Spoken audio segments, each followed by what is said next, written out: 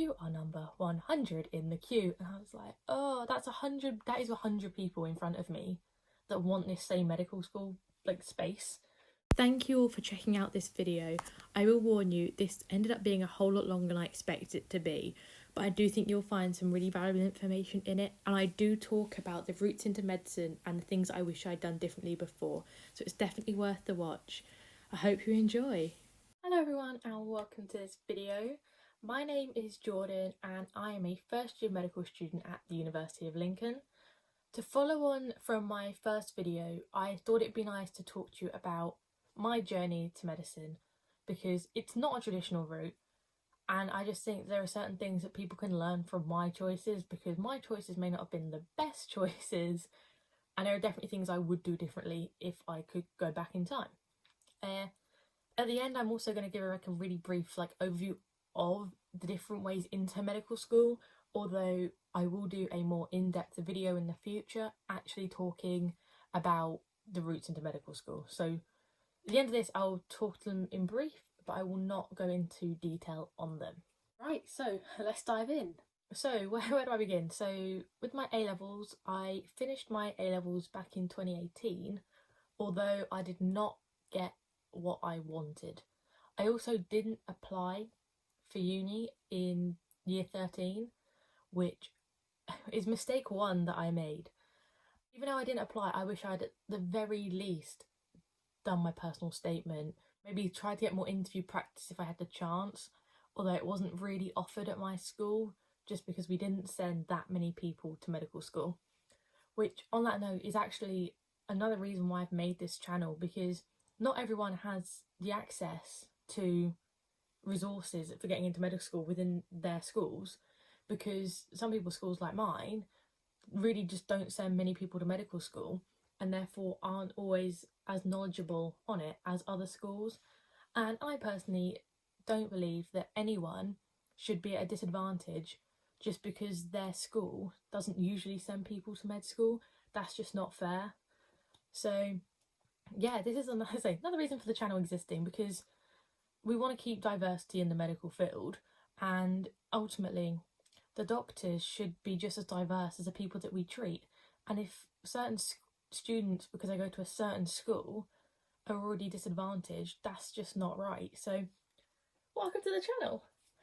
Yeah, so I didn't apply in year 13.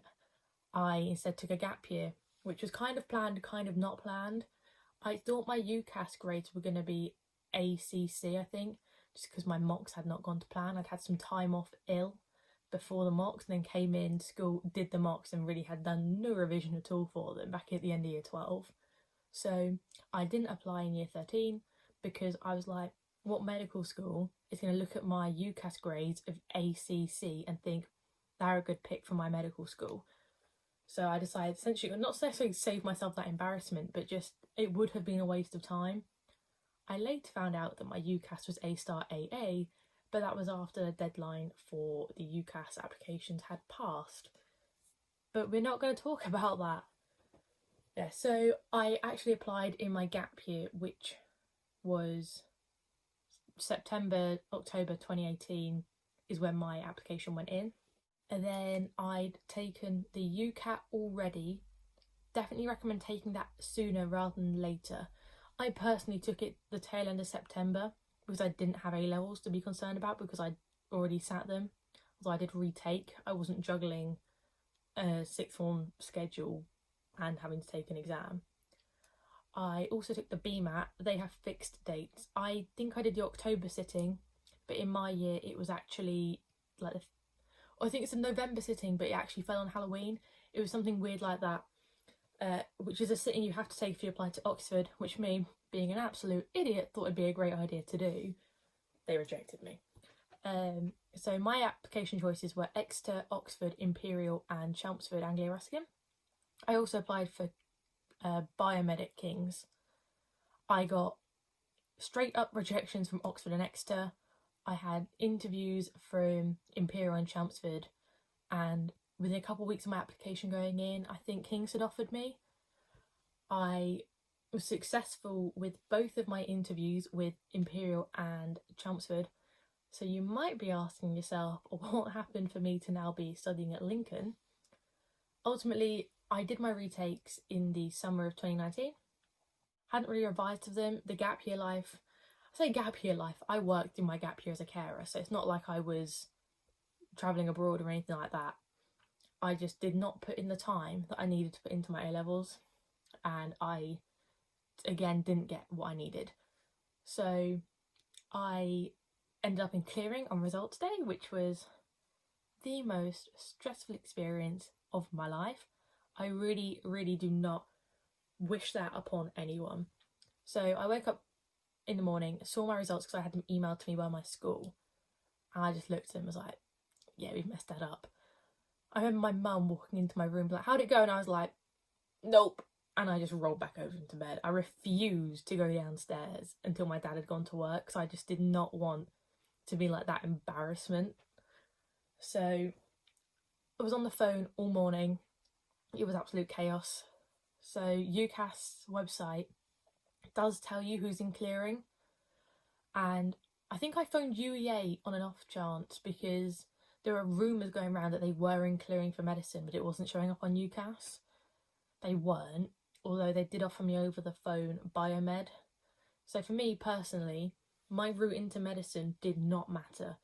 I just knew that I wanted to do medicine, so if I had to do a degree beforehand, I had to do a degree beforehand. I really could not have cared less. Later on, probably within an hour, I knew that Lincoln was in clearing, and I remember calling them over and over and over again. So for Lincoln, you'd call up the clearing line and it'd be like, press 1 for medicine. So you press 1. And because clearing for medicine is absolute chaos, and I remember essentially what happened is their queue filled up, so they couldn't accept any more people into the queue. So it was just automatically hanging up. So it's actually call, press 1, get hung up on, call, press 1, over and over and over and over. And all in all, I think I'd called them over 100 times consecutively just to try and like get in the queue. And I finally did. It was like, you are number 100 in the queue. And I was like, oh, that is 100 people in front of me that want this same medical school like space. It kind of set like this as 100 people who, in my mind, was like, they're going to have done better than me, probably have better UCAT, so they're going to get looked at more. In the end, I finally got through.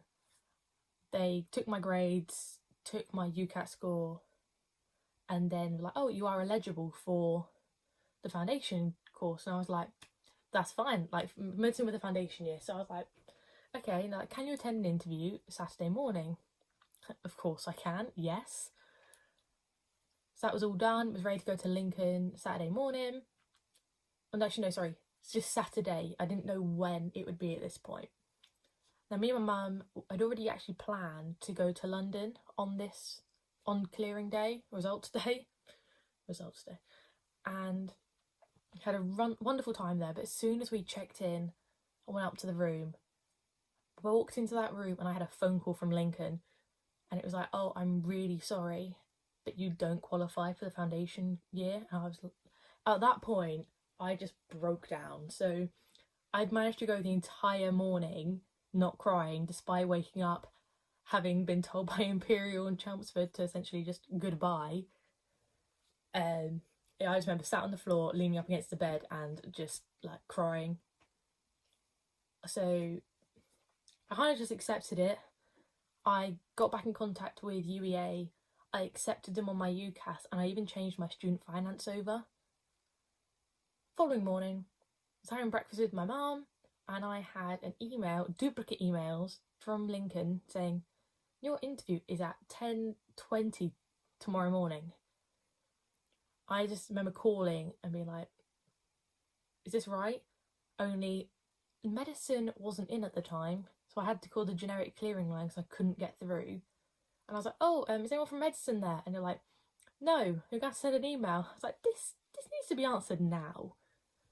So I sent the email. Me and mum could not go on the tube all day just in case, which is fine. Like, it's not a big deal. And yeah, eventually I had a phone call being like, oh, did you get the email okay? Are you okay to turn up? So at this point, they had not seen my email. They were just following up on all the candidates. I was like, yeah, I got the email. Are you sure? And she was like, what do you mean, are you sure? I was like, I got phoned yesterday to say I didn't qualify. She was like, no, you're definitely here. I was like, okay, that's fair enough. Later on, I had another phone call, which was actually in response to my email. But every time I got a call after that first one, I was like, this is it. They're going to call, they're going to tell me they got it wrong, and I'm just going to be like defeated again. But after the first call, I had to call UEA and be like, actually, can you just extend that offer because I have an interview tomorrow? And they're like, yeah, it's fine, don't worry. Which is wonderful. Me and Mum had to get a different train out because we were not due to leave London until 9 in the evening. And when we were at Colchester, I had a third phone call from Lincoln, just following up on my email again, where they didn't know someone else had already followed up. So at which point we had to just book a train. No, we booked a hotel for the night. We went home because I live about an hour and a half away from London already, so I had to already do that journey. We both had dinner, and then we just jumped in my car and I drove us up to Lincoln. At the time, that was a 3-hour drive in the dark and in pouring rain. I will never forget it. Probably imagine it worse than it was because it was just such a stressful day. I think we eventually got to our hotel at 11.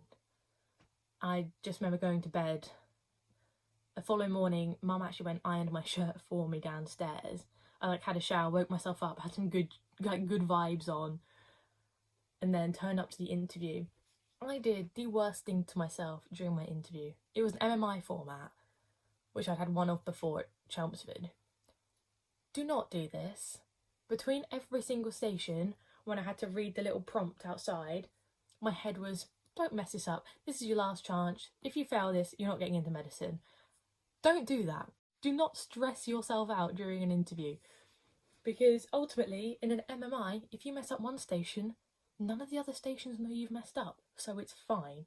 But no, in my head, I was like, don't mess it up. This is your last chance. Don't do it. I beg, please don't do it. So did the interview, went back outside, met up with my mum, we drove home, and I woke up the following morning to my offer, which was, I cannot even begin to describe how happy I was, because at this point it was actually, it wasn't conditional on my grades. They knew my grades and they let me in, so it was like, yes, this is all I need. And yeah, had the foundation year last year. I remember before I moved into the first year, I was really stressed out. A lot of us were also quite nervous of, are the new first years actually gonna is anyone gonna look down on us because we've done a foundation year? No one gives a basically, which is wonderful. But yeah, honestly, if anything, the foundation year has set me up better. And a couple of my friends from the foundation year, we've all kind of sat there and been like, I have found this first term, or the first time I've had, stressful. I cannot imagine doing that first term straight out of A-levels. It would have been horrific. So that is my journey into medical school. It was stressful. So the things I would recommend from my experience is accept any and all support your school can give you, even if you plan on having a gap year and applying in your gap year, particularly your personal statement. Once that's done, it's done. And if you can get support from school whilst you're doing it, even better. Look out as well for little courses that get run. So I personally help out with the Lincolnshire Training Hub, and we run little courses, we did a mock MMI recently. If you can get involved in those, it gives you that little bit more preparation, especially if your school doesn't offer that themselves. Reach out to medical students. Honestly, if anyone messaged me, I'd be more than happy to respond. But also, on Instagram, there are a bunch of people I know who are medics that will answer questions on their Instagram. Our university here runs a chat through UniBuddy where you can get in contact with people on different courses. So definitely things I would do differently. But also, now I'm here, I wouldn't change a thing in a way. But if I could go back in time, I would work more for my A-levels, for definite. because clearing is not a nice place. I would not stress myself out in the middle of an interview, because that's just really not the way to do it. Yeah, honestly, everyone's journey to medicine is different, but the outcome is always the same. You will be a doctor. And in essence, that's probably one of the most important things. Your route, if you miss out and you resit, no one cares. I know I felt awful. I'll be honest, when I first knew I was on a foundation, I was like, oh, I've got to do an extra year. And now I've done the extra year, I cannot imagine doing first year without it. So it is what it is. So now just to talk a little bit about the routes into medicine. So you got your traditional route, you do your A-levels, you go to med school, job done. You can do resits, where usually you have to have like AAB, and then unis will let you apply on the understanding you're only retaking one of your A-levels. But definitely look around, because some universities don't care about resits at all whatsoever. I know Chelmsford doesn't, for definite. They just like, if as long as you achieve the grades at some point, we'll accept you, is pretty much their attitude. You can do foundation years like I've done, which honestly do such a good thing to widen participation and to get a more diverse group of people into medicine. It's wonderful. You've got the graduate entry medicine, so you would have done your undergraduate degree and then go into a 4-year, kind of not accelerated, but accelerated medicine degree. Degree transfers.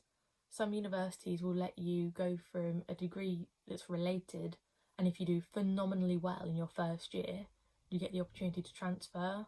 This is usually limited to only 1 or 2 people, so it's very, very competitive. You can do an access course. I don't know much about those, but when I do a video about these in detail, I can give a lot more information. Medicine abroad is also an option. For me personally, it wasn't. I just didn't really want to do that. But lots of people look at that route. So they're like the main routes into medicine. And honestly, you become a doctor at the end of all of them. I wouldn't put one above the other.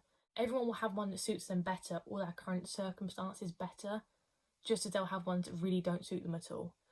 So I hope you've enjoyed listening to my journey into medicine. If you have any questions about it, please, like, by all means, just ask. It's definitely, it's not a unique situation, but it's not the most common situation at all. But I learnt a lot from it, so I definitely value my experience, because it's made me realise that things will not always go your way. What it made me really learn is everything happens for a reason. I hated going through clearing. I'd never been or even heard of Lincoln before. Now I'm here, I feel so at home, and I wouldn't do anything differently. I could not imagine myself anywhere else to study medicine. So yeah, things will not always go to plan, but is not the end of the world, and everything happens for a reason. So I hope you've all enjoyed watching this video. If you did enjoy it, please leave a like, and if you want to see more, maybe consider hitting subscribe, because it makes me happy, helps me out. And if you have any questions, please, please, please just ask them in the comments. Or if you have any suggestions for what you'd like to see in the future, or even something you want to see in the future, drop it in the comments. I'll get back to replying, and I'll see what I can do, because as much as this is for me, this is also for you as well.